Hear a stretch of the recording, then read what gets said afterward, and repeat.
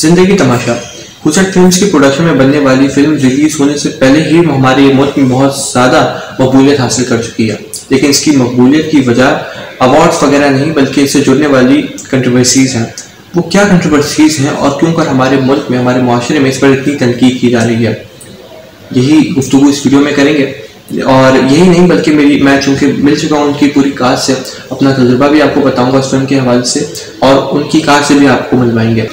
अब मामला ये है कि इस फिल्म को पहले सेंसर बोर्ड ने पास कर दिया था, लेकिन गुज़िश्ता रोज़ यानी कि 2-3 दिन रोज़ कबल एक मखसूस ग्रुप ने TLP ने तहरीक लब्बैक पाकिस्तान ने मुल्क की एहतजाजी रैलियों का ऐलान किया इस फिल्म की मुखालफत में, जिसके बाद सिंध सेंसर बोर्ड ने इस फिल्म को बंद कर दिया। यही नहीं बल्कि पंजाब के सेंसर बोर्ड ने एक अपना नोटिस जारी किया, जिस नोटिस में वो ये कहते हैं कि 3 तारीख को वो एक मरतबा फिर पहले फिल्म देख चुके हैं, एक मरतबा फिर सरमत खुसट फिल्म की स्क्रीनिंग करें, जिसमें अब के बाद TLP का एक बंदा भी शामिल किया जाएगा।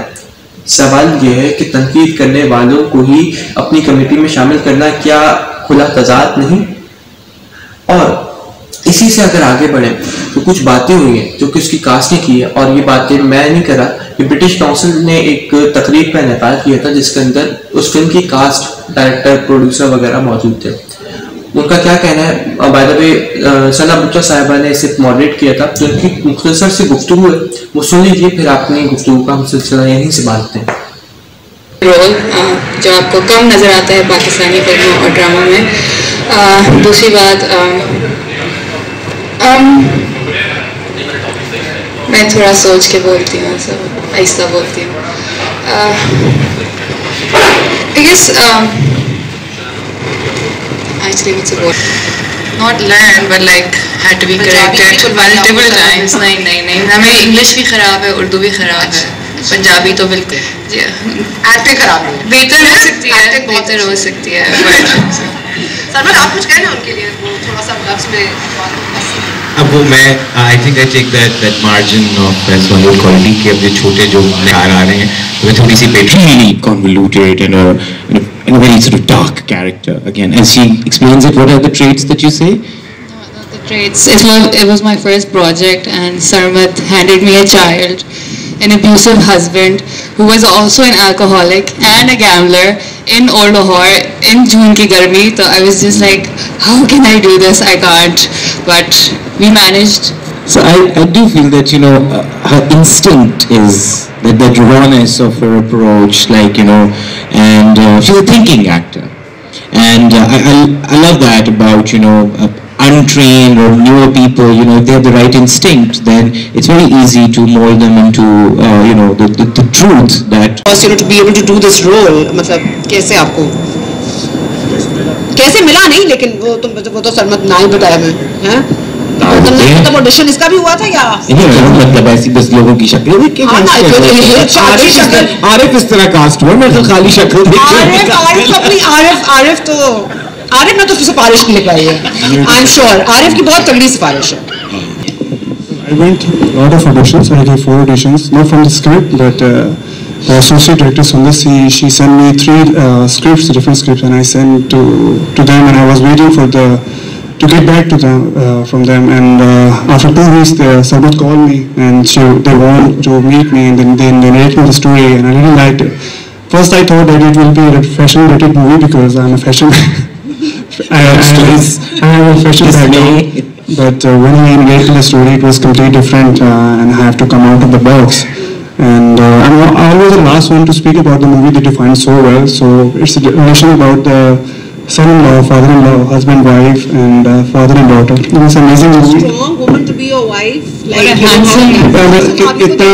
इतना मूवी में and जितना मैंने गुस्सा किया है उतना ही मैं लव हूँ. तो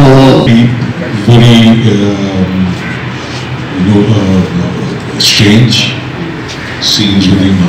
We were gazing each other. ये आपने देखी कुछ गुफ्तगू हुई है और मेरी इन लोगों से मुलाकात हुई थी, सरमत खुसट से, सना बुच्चा से, ईमान जो कि सुलेमान जो कि इस फिल्म की अदाकार आरिफ हैं, अली हैं, इन लोगों की पहले आप अली की गुफ्तगू सुनिए जो कि एक्टर हैं इस मूवी के, वो क्या कह रहे हैं ये सुने फिर आपसे बात करते हैं। everyone is just really impression. And the news release was really cool for me. My experience was great.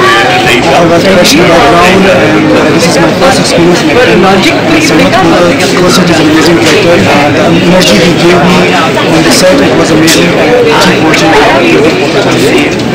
सरमत खुसट की फिल्म अगर बात की जाए खुसट फिल्म्स की, तो पहले भी बहुत सारा मवाद ये लोग प्रोडक्ट प्रोड्यूस कर चुके हैं, लेकिन इस फिल्म पे तनकीद की वजह एक ख़ास मजहबी वाबस्तगी भी है। नाकिद कह रहे हैं कि इसके अंदर कुछ ऐसा मवाद है जो कि उनके कई इस्लाम को मजरू करता है, यानी कि इस्लाम की जो शायर इस्लाम है उसको हिट करता है। सवाल ये है कि क्या वाकई ऐसा है, और अगर है तो ऐसी फिल्म क्यों कर प्रोड्यूस हो रही है, और अगर क्यों कर प्रोड्यूस का जवाब ये कि जब देखेंगे तो पता चलेगा ना। आपने देखने से पहले पाबंदी लगा देंगे और सिर्फ सोच की पाबंदी, एक बात हमें समझनी होगी आज, और वो बात ये कि जो सोच होती है ना उस पर आप कभी हद नहीं लगा सकते। सोच का पेट उसके इजहार से भरता है।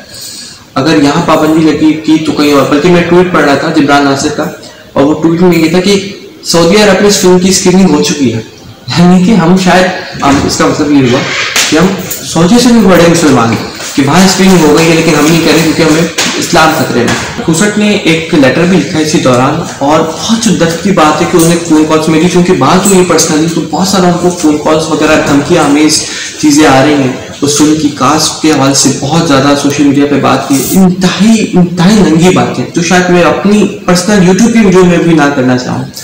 तो ऐसी सूरत में इंसान सोचता है कि हम कहाँ रह रहे हैं जहाँ हम बात करने की आज़ादी नहीं है। इस बात को आज समझना होगा कि आप किसी की ज़बान बंद करके उसके अल्फाज नहीं रोक सकते, किसी के कलम को पाबंद करके उसकी सोच पर पाबंदी नहीं लगाई जा सकती, क्योंकि ज़िंदगी तमाशा है। ये फिल्म का नाम है ना, ज़िंदगी तमाशा है। मैं वैसे ही सोच रहा था कि ज़िंदगी तमाशा है, लेकिन शायद तमाशे की कोई ज़िंदगी नहीं है, क्योंकि अगर तमाशे की ज़िंदगी होती तो उसे भी मौत आ जाती। तमाशे की कोई ज़िंदगी नहीं, शायद इसीलिए दहाइयों से तमाशा चले जा रहा है और हम सब उस तमाशे का बदकिस्मती से हिस्सा बन रहे हैं। लेकिन अब हिस्सा ना बनिए, शऊर को उजागर कीजिए, फिल्म देख लें, फिर फैसला कर लें। आप अगर एक दफ़ा देख के बॉयकॉट करेंगे ना तो शायद उस फिल्म के डायरेक्टर को खुशी हो कि एटलीस्ट उस पर जो तनकीद की जा रही है वो प्रोडक्टिव तनकीद की जा रही है, वो महज इसलिए नहीं की जा रही कि जी हम तो क्योंकि तुम हमारी सोच से उतर गए हो तो हम तो तुम सुनेंगे। ये नहीं हो सकता, मुआशरा बदल रहा है, हमें भी बदलना होगा। और बस इसी गुफ्तगू के साथ अपने दोस्त अताउर रहमान खान को दीजिए इजाजत। फिल्म देखिए, 24 तारीख को रिलीज, अब तो नहीं होनी, रिलीज होनी थी, अब तो सब रोक दिया, रोकथाम हुई, इसकी पाबंदी हो गई है। लेकिन बहरहाल जब भी रिलीज हो, हमारी नेक तमन्नाएं इनके लिए, पार्टी नहीं बनना चाहिए, लेकिन जब भी फिल्म अगर रिलीज हो तो देखें और उसके बाद फैसला करें, तो उसके बाद बंदा बॉयकॉट कर दें। खैर, अपने दोस्त को अताउर रहमान खान को इजाजत दीजिए। खुदा निगहबान।